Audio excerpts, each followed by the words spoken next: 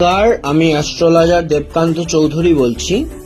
ভিডিওটিতে যে গণেশটি আপনারা দেখতে পাচ্ছেন এটাকে বলা হয়ে থাকে রেড কোরাল গণেশ বা লাল প্রবালের গণেশ।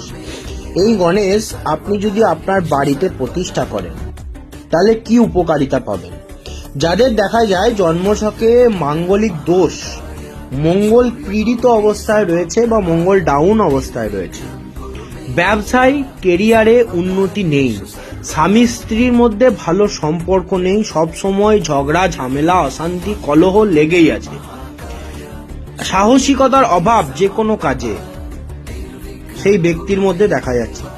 যারা এই সব সমস্যার মধ্যে রয়েছেন তারা এই গণেশকে নিজের বাড়িতে প্রতিষ্ঠা করতে পারেন।